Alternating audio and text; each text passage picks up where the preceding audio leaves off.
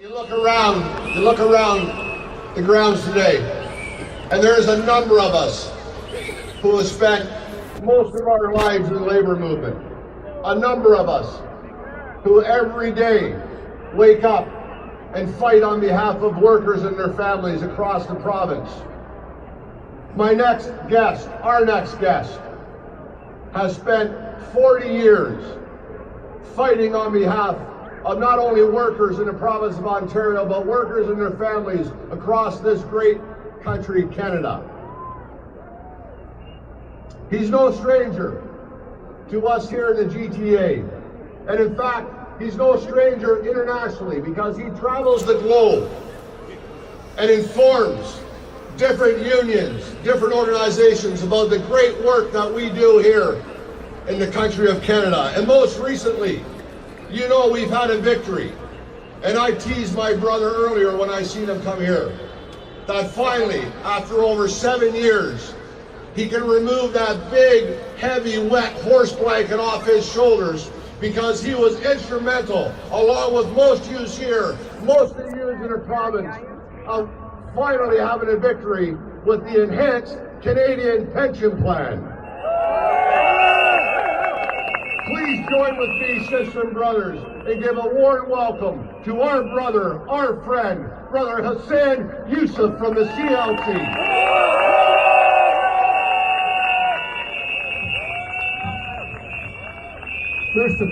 First and foremost, sisters and brothers, it's an honor to join all of you here today. Let me start by, of course, acknowledging the hard work and the organizing. Not only you did ensure that we have a good presence here today in front of this legislature, but more importantly, the hard work you're doing in your community to ensure your MPP understand the message that we are delivering here today. This rally and, of course, this mobilization is just one step and one long part of the work that we have to do. But I must also acknowledge, this is not simply about us in the labor movement. This is about the kind of Ontario we want to live in and to ensure that everybody is treated fairly and equally within our province here. It's been almost 2 decades since this legislature took away the right of working people to join a union free of the interference of the employers. And we are determined we are going to restore it before this legislature adjourns for the next election. My friends, nothing less will do. If workers in this province want to join a union, it's no bloody business of the bosses in this province. And fundamentally, we know we've got the argument. Because we know where a union exists, workers have rights and they have protection because they have a union that's going to stand up and defend them every single day in their workplace. But equally as so, sisters and brothers, there are thousands of workers who go to work every single day in this province, work just as hard as each one of us who work in the unionized establishment, no fault of their own. But the reality is, they still continue to struggle to make ends meet. One of our good friends in Alberta, Sister Rachel Notley, the Premier of the province, says she's going to commit to a $15 minimum wage. In the province of Alberta, I'm moving to a $15 minimum wage. Our message to our friend Kathleen Wynne here, by God, it's time you do the same bloody thing. If they can do it in Alberta, we can do it in Ontario. No one should work and continue to work full-time and not have enough money to make ends meet. It is simply unacceptable. Why is it that workers who get sick in our province, who work so hard, can't get the right to have sick leave to go see their doctor? It is simply unacceptable, and we must change the employment standards in this province. Sister, this is a fight for each one of us who live in this province as working people. We understand the challenges we face. We have one opportunity. The first time in a long time, after decades, the Employment Standards and the Labour Relations Act has been reviewed in this province, gave us an opportunity to fix some of the things that's been wrong for so long.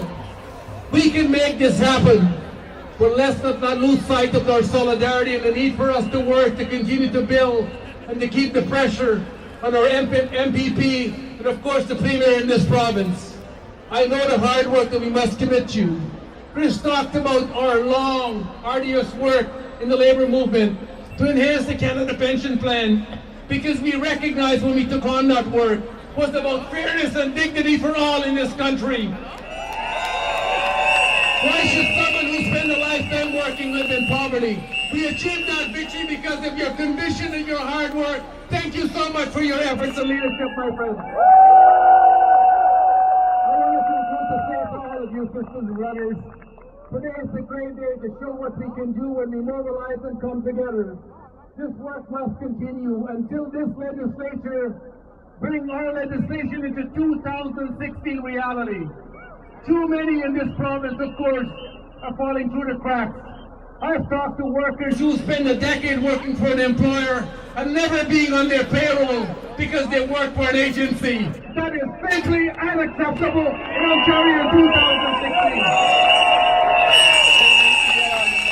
Why should some agency continue to profit off the backs of working people despite their hard labor? It is simply unacceptable. What we are arguing for and what we are demanding is about fairness. It's about equality. It's about how we treat each other and take care of each other. I know Premier Wynne and her cabinet and her colleagues within her caucus can do the right thing. But we can't simply rely on our goodwill. We got to keep the pressure on system so we can achieve the objective.